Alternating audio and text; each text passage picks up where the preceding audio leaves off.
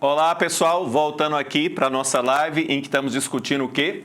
O tema 2 da redação aí para o CNU, já na reta final. O tema, vocês se lembram? Desigualdades, diversidades e multiculturalismo, como conviver democraticamente com essas diferenças, ok? Estamos mostrando para vocês como é que vai funcionar a nossa mentoria indiscursiva, já aplicando aqui nesse tema que está à disposição de vocês. Já vamos corrigir as redações e mostrar para vocês como é fundamental dominar esse assunto, porque aí você tem todo o conhecimento teórico, todo o conhecimento agregado, conhecimento prévio para escrever uma redação nota 1000. Afinal de contas, qualquer pessoa que domina determinado assunto é capaz de escrever sobre ele. Agora, não dominar o assunto e escrever sobre ele é difícil, né? Você está aí no mundo da magia. Como nós não somos mágicos, somos professores, eu sou professor, então o que eu tenho que fazer aqui, professor e mentor, então nossa ideia aqui é mentorar vocês e orientá-los para que vocês possam escrever uma redação cobrindo toda a parte de língua portuguesa, a parte de redação, a parte de gramática aplicada, compreensão e interpretação de texto. Vamos à questão de número 3. Direitos humanos, incorporação dos tratados internacionais ao direito brasileiro, posição hierárquica. A população preta e parda representa 56% dos moradores dos domicílios brasileiros, segundo os dados do IBGE de 2022. Embora tais pessoas sejam parcela majoritária da população, o racismo estrutural ainda se faz presente com sucessivas e constantes violações de direitos humanos de forma individual e de forma coletiva. Não por outro motivo, o Brasil é signatário do quê? Da Convenção Internacional sobre Eliminação de todas as formas de discriminação racial e da Convenção Interamericana contra o Racismo, a Discriminação Racial e formas correlatas de intolerância, indo ao encontro dos preceitos de promoção do bem de todos, igualdade e dignidade da pessoa humana constitucionalmente consagrados. Em 2004, a Constituição foi emendada, trazendo em seu artigo 5º, parágrafo 3º, previsão acerca da forma de internalização dos tratados internacionais de direitos humanos, dos quais o Brasil é signatário. A exemplo dessa Convenção Internacional sobre a eliminação de todas as formas de discriminação racial e da Convenção Interamericana contra o Racismo e a Discriminação racial e formas correlatas. Bom, nesse contexto, com base na lei e na jurisprudência das cortes superiores acerca da internalização dos tratados internacionais na área de direitos humanos, os status no ordenamento jurídico brasileiro da Convenção Internacional e da Convenção Interamericana supramencionadas são o quê? De ato normativo supralegal e de emenda constitucional. Portanto, quando o Congresso Nacional aprova essa convenção internacional ou uma convenção interamericana, ele é signatário, ele entra no ordenamento jurídico brasileiro com o status de norma supralegal, ou seja, acima da lei, e com status de emenda constitucional. Ou seja, essas convenções, isso é importante o que eu estou dizendo, tá? Essas duas convenções, a Convenção Internacional sobre a eliminação de todas as formas de discriminação e essa Convenção Interamericana, elas têm o mesmo nível de uma emenda constitucional, ou seja, é como se fosse a Constituição. Se o Brasil ele é signatário dessas convenções internacionais sobre direitos humanos, ela tem o mesmo nível constitucional. Isso é importante, tá? Tem status de ato normativo acima da lei, ou seja, supralegal, e tem status de emenda constitucional. Isso é verdadeiro. Questão número 4.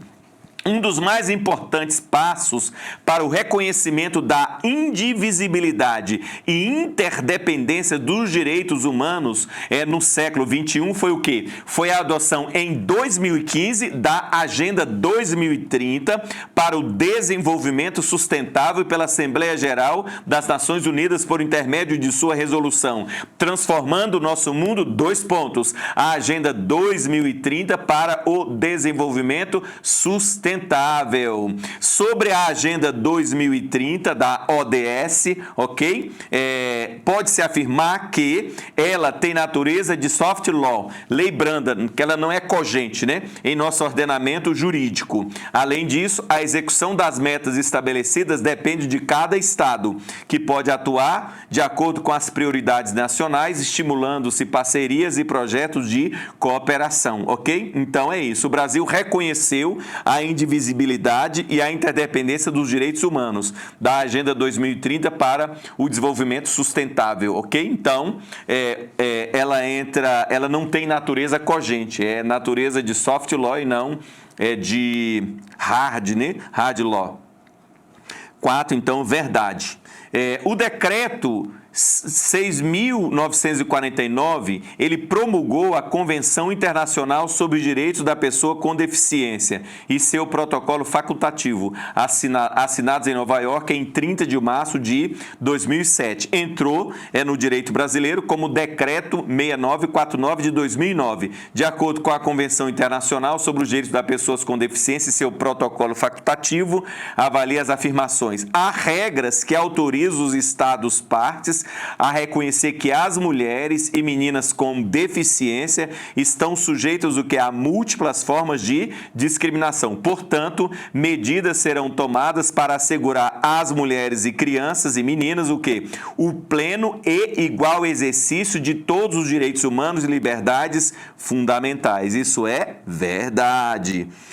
A determinação expressa de que os Estados partes assegurarão que as crianças com deficiência, elas têm o direito de expressar livremente sua opinião sobre todos os assuntos que lhe disserem respeito, que tenham a sua opinião devidamente valorizada, de acordo com a idade e maturidade e igualdade de oportunidades com as demais crianças e recebam um atendimento adequado à sua deficiência e idade para que possa exercer o seu direito. Verdade. Em matéria de liberdades fundamentais de todos os indivíduos e grupos, pode-se afirmar que a defesa dos direitos humanos universais é compatível com o pluralismo e com o multiculturalismo universalista. Que multiculturalismo universalista é esse? É aquele que permite a propagação e convívio de diferentes ideias, desde que esteja estabelecido em denominador mínimo de valores universais, mas é totalmente inviável em um ambiente de multiculturalismo relativista, quando não se estabelece critérios mínimos para o diálogo entre culturas, isto é, tudo é aceito e tudo é correto. Então, esse multiculturalismo relativista, ele não cabe para nós. Por quê? Porque se você relativizar, todo mundo tem todos os direitos. É impossível que um Estado tenha condições de atender a todos e todos os direitos. Então, a perspectiva do multiculturalismo aqui é o multiculturalismo universalista, que permite o convívio de diferentes ideias e respeita a ideia da maioria e da minoria. Então, atende a maioria, já que na representação política lá estão representados aqueles que elegeram por maioria, mas você tem uma minoria que não elegeu ninguém, mas cujos direitos precisam ser respeitados. Isso é verdade, tá? Essa questão 7. Questão 8. Sobre o conceito de desigualdade racial constante no Estatuto da Igualdade Racial, encontra-se pertinente toda situação injustificada de diferenciação de acesso e fruição de bens, serviço e oportunidade nas esferas públicas e privadas em virtude de raça, cor, descendência, origem nacional ou étnica. Sobre o conceito de desigualdade constante no Estatuto da Igualdade Racial, encontra-se pertinente toda situação, desigualdade, né? Situação injustificada de diferenciação de acesso e fruição de bens, serviço e oportunidade nas esferas pública e privada em virtude de raça, cor, descendência, origem nacional ou étnica. Isso é verdade. A participação da população negra em condições de igualdade de oportunidade na vida econômica, social, política e cultural do país será promovida prioritariamente por meio o quê? De implementação de programas de ação afirmativa destinados o quê? Ao enfrentamento da desigualdade, que se constituirão em políticas públicas destinadas o quê? A reparar as distorções e desigualdades sociais e demais práticas discriminatórias adotadas nas esferas públicas e privadas durante o processo de formação social do país. Pessoal, fica aí como exemplo a lei de cotas raciais, fica aí como exemplo várias legislações que surgiram e vários programas que existiram, o quê? No sentido de criar igualdade de oportunidades em função de uma discriminação que é histórica, de uma desigualdade que é histórica. Portanto, a participação da população negra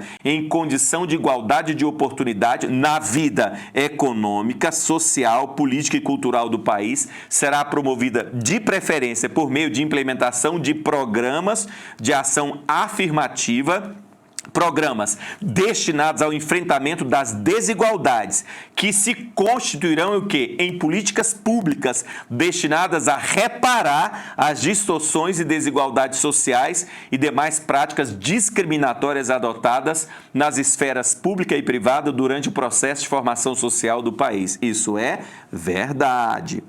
10. Nos estabelecimentos de ensino fundamental e de ensino médio, públicos e privados, é obrigatório o estudo da história geral da África e da história da população negra no Brasil. Os conteúdos referentes à história da população negra do Brasil serão ministrados no âmbito de todo o currículo escolar, resgatando sua contribuição decisiva para o desenvolvimento social, econômico, político e cultural do país. Me diga uma coisa, vocês acham que eu posso colocar isso daqui? Essa é uma lei que surgiu em 2003, tá? É uma lei datada de 2003. Essa lei que tornou obrigatório o ensino, o estudo da história geral da África e da história da população negra do Brasil, é uma lei datada de 2003. Em 2008, essa lei ela foi modificada para incluir também os índios, a história, os valores dos índios, ok? Então, aqui é a questão dos negros. A minha pergunta para vocês é, eu posso considerar essas duas leis como ações afirmativas? As ações afirmativas, elas estão também no grupo o quê? Das discriminações positivas. Se você falar assim, mas isso é discriminação, e é mesmo, só que não são discriminações negativas, são discriminações o quê, pessoal? Positivas. Então, em 2003, incluiu o estudo da história geral da África e da história da população negra. E em 2008, dos índios. Portanto, nos estabelecimentos de ensino fundamental e de ensino médio públicos e privados, é obrigatório o estudo da história geral da África e da história da população negra do Brasil. Os conteúdos referentes à história da população negra serão ministrados no âmbito de todo o currículo escolar, resgatando sua contribuição decisiva para o desenvolvimento social, econômico, político e cultural do país. Então, quando você estiver escrevendo a sua redação, e você tem que dar exemplos. Por isso que é importante essa parte de conhecimentos gerais e de atualidades. Por quê? Quando você estiver falando sobre preconceito, sobre discriminação, sobre sobre um Estado democrático de direito, você precisa dar um exemplo. Você tem aqui o exemplo dessa lei. Essa lei que instituiu que é a obrigatoriedade da história geral da África e da história da população negra do Brasil. E você pode também, quando você estiver falando dos índios e falar de uma ação afirmativa voltado para valorizar a cultura dos índios, você pode citar essa lei de 2008, que o quê? Que é uma espécie de ação afirmativa, e isso é verdade. E aí você se lembra do que falamos anteriormente, né? Serão promovidos prioritariamente o quê? Implementação de programas de ação afirmativa destinados o quê? Ao enfrentamento das desigualdades, que se constituirão em políticas públicas destinadas a reparar distorções históricas e desigualdades sociais e práticas discriminatórias adotadas ao longo do processo da formação social do país. É isso. 11. Acerca desse importante marco legal, pode-se afirmar que o Estatuto da Igualdade Racial também ampara as pessoas brancas. Sim, ampara todo mundo, que ele é o Estatuto da Igualdade Racial. tendo em vista que preza pela igualdade de oportunidades, reconhecendo a todo cidadão brasileiro, independentemente da etnia ou da cor da pele, o direito à participação na comunidade. Pessoal, isso é verdade. Muita gente pensa que não, mas o Estatuto da Igualdade Racial, ele não protege só os negros, ele protege toda a população. Então, acerca desse importante marco legal, que é o Estatuto da Igualdade Racial, ele ampara as pessoas brancas, tendo em vista que preza pela igualdade de oportunidade de todos, reconhecendo a todo cidadão brasileiro, índio, quilombola, comunidades tradicionais, independentemente da etnia, da raça, da cor, da pele, o direito à participação na comunidade. Isso é verdade. Direitos humanos. Vamos lá. É sabido que a Constituição de 88 trouxe importantes avanços no que se refere à garantia dos direitos das minorias e das mulheres. Entretanto, a violência contra a mulher, ela continua, infelizmente, sendo algo rotineiro em nossa sociedade. Aí, ó, tá um tópico que você pode levar para a sua redação. É sabido que a Constituição de 88 trouxe importantes avanços no que se refere em relação à garantia dos direitos das minorias, inclusive das mulheres. Entretanto, a violência ou as violências, inclusive contra a mulher, elas continuam, infelizmente, sendo algo rotineiro na nossa sociedade. Essa poderia ser a sua tese, ok? Nós avançamos, os direitos da minoria, os direitos à igualdade, eles foram positivados na Constituição Federal e em várias leis existentes do país. Porém, as discriminações, os preconceitos, as violências, as desigualdades, elas continuam a existir. Isso é a sua tese. O que você vai fazer? Vai provar essa tese. Você vai mostrar que isso é verdade. No que se refere ao direito internacional, dos direitos humanos, dos direitos das mulheres e sua jurisprudência, pode-se afirmar que, de acordo com a Corte, em crimes violentos contra as mulheres, deve ser adotada uma linha investigativa para apurar as possíveis consequências do machismo estrutural e da vulnerabilidade da mulher, contribuindo assim para o êxito da determinação da autoria do fato e principalmente da qualificação jurídico-penal da conduta. Isso é verdade. Para a academia, Ailton Krenak é eleito em 5/10/2023 para a Academia Brasileira de Letras. Não sei se lembram disso. Então, olha como é importante. Presta atenção no que o que eu estou querendo mostrar para vocês. Vamos lá. Vocês vão falar sobre as comunidades tradicionais na redação de vocês. Tem que dar um exemplo. É obrigatório. Você tem que exemplificar. Você tem que mostrar que conhece a realidade do país. Então, em 5/10/2023... Ailton Krenak foi eleito para a Academia Brasileira de Letras. Isso é um exemplo de uma modificação que vinha ocorrendo na sociedade. Então, nós avançamos, mas nós precisamos avançar mais, ok? Vamos dar um outro exemplo que ocorreu em 2023. Vocês se lembram que foi definido o marco temporal no Supremo Tribunal Federal no mês 9 de 2023? O Supremo Tribunal Federal, ele decidiu o que estava em discussão? As terras pertencentes aos índios e qual é o marco das comunidades tradicionais, vamos dizer assim, das comunidades tradicionais e qual, os índios especificamente, e qual o marco temporal? Bom, qual era a defesa dos latifundiários, dos grandes proprietários de fazenda? A defesa deles é que o marco legal só pertence aos índios, só pertence às comunidades tradicionais, aqueles que eles ocuparam a partir da Constituição Federal de 88. Então, o marco temporal é a Constituição 5/10/88, que é quando foi promulgada a Constituição Federal de 88. O que o Supremo Tribunal Federal decidiu no finalzinho de 2023? Por 9 votos contra 2, decidiu que o marco temporal desde que o Brasil é Brasil, desde que o Brasil foi descoberto, que os índios estão lá, essas terras lhe pertencem, respeitadas as suas crenças, a sua história, os seus valores. Então, o marco temporal não foi 5/10/1988. Então, os índios que estivessem ocupando a terra nessa época, eles tinham direito. Os que não. Não foi assim que o Supremo Tribunal Federal decidiu. O Supremo Tribunal Federal diz que eles têm direito às terras desde que eles estão lá. Então, são informações que a gente precisa ter. Mas vamos voltar aqui ao Ailton Krenak. Esse é o segundo bloco, é do nosso curso aqui, da nossa live, em que estamos trabalhando aí o tema 2 do CNU, reta final. O tema 2 é o quê? Desigualdades, diversidades e multiculturalismo. Como conviver democraticamente com as diferenças. Então, Ailton Krenak é eleito em 5/10/2023 para a Academia Brasileira de Letras. Quem é esse camarada? Filósofo, professor, escritor, poeta, ambientalista e líder ativista da causa dos povos originários. Ailton Krenak é filósofo, professor, escritor, poeta, ambientalista e líder ativista da causa dos povos originários.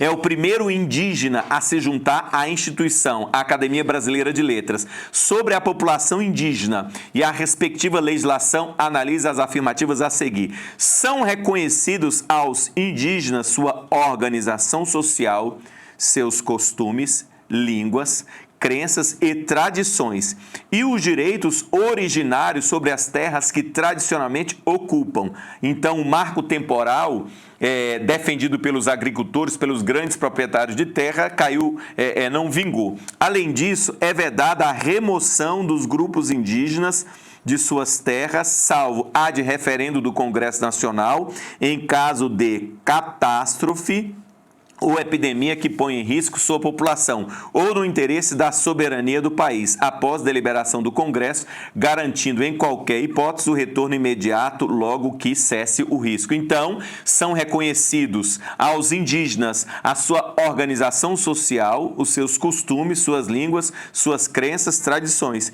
e os direitos originários sobre as terras que tradicionalmente ocupam. Isso é verdade. A Lei 12.711 de 2012, conhecida como Lei de Cotas, instituiu a ação afirmativa de reserva de vagas em instituições federais de educação superior vinculadas ao Ministério da Educação. A legislação ela foi alterada em 2023 pela Lei 14.723, de 13 de novembro de 2023, com a inclusão de quilombolas como beneficiários da ação afirmativa. Vou repetir. A Lei 12.711 de 2012, conhecido como Lei de Cotas, ela instituiu a ação afirmativa de reservas de vagas em instituições federais de educação superior vinculadas ao Ministério da Educação. Isso aqui está voltado inicialmente o quê? Para pretos e pardos, que é o PP. A legislação foi alterada em 2023, a Lei 14.723, com a inclusão dos quilombolas. O último censo do IBGE aponta que há 1,3 milhão, não é milhões não, tá? Porque é 1.300.000 de quilombolas em 1,7 mil municípios de todo o país. Vamos lá. Sabendo que há 1.300.000 quilombolas no país, espalhada em 1,7 mil municípios, nesse contexto, pode-se afirmar que a maioria dos quilombolas reside na região nordeste do país, verdade, e que é assegurado aos remanescentes das comunidades dos quilombolas o direito à preservação o quê? Dos seus usos, costumes, tradições e manifestos religiosos sob a proteção do Estado. Isso é verdade. Então, duas leis importantíssimas. Então, essas leis aí estão na categoria de quê?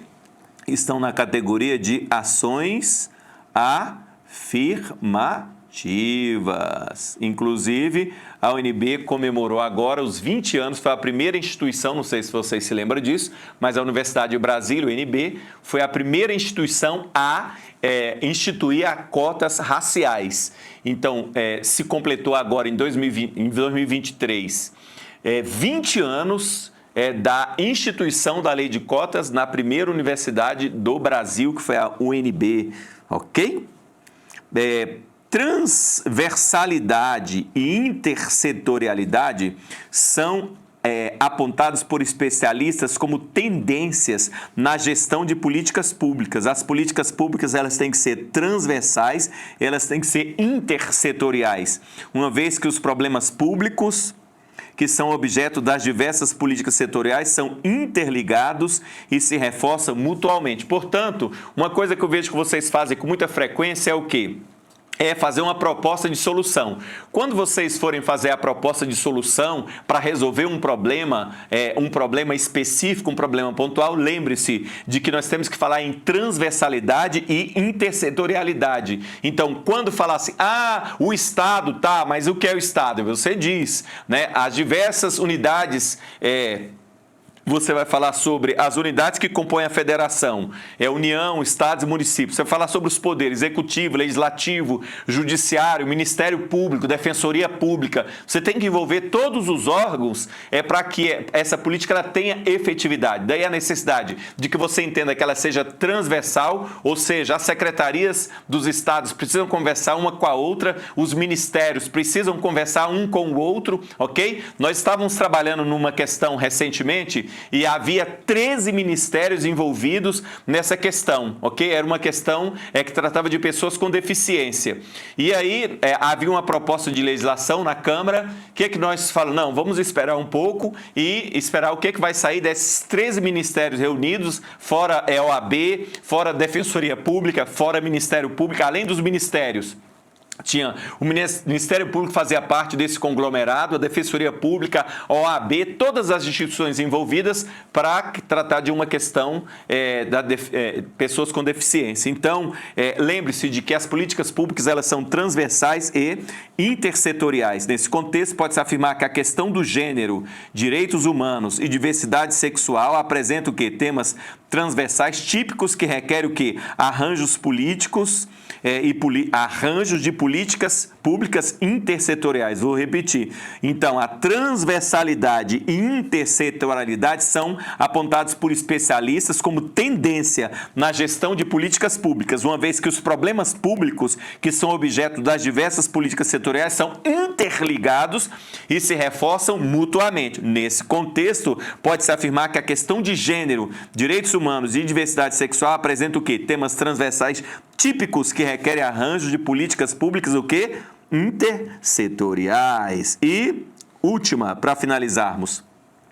Ao longo da nossa história, a questão racial recebeu tratamentos diferentes, isto é, foi concebida, pensada em determinados termos, por intelectuais de filiações diversas. Aí vem Oliveira Viana, Euclides da Cunha, Gilberto Freire, entre outros, de acordo com o momento específico do país. Nesse cenário, ou seja, a questão racial recebeu tratamentos diferentes ao longo da história, pode-se afirmar que o racismo científico do final do século XIX, a aposta no embranquecimento gradual da população como solução para o atraso civilizacional do Brasil. Foi o primeiro estágio. Depois nós temos aí o elogio da miscigenação com Gilberto Freire, a partir da década de 30. A diversidade e a mistura de raças como fator positivo da Constituição Nacional. E nós vimos que isso aqui foi considerado o quê? O mito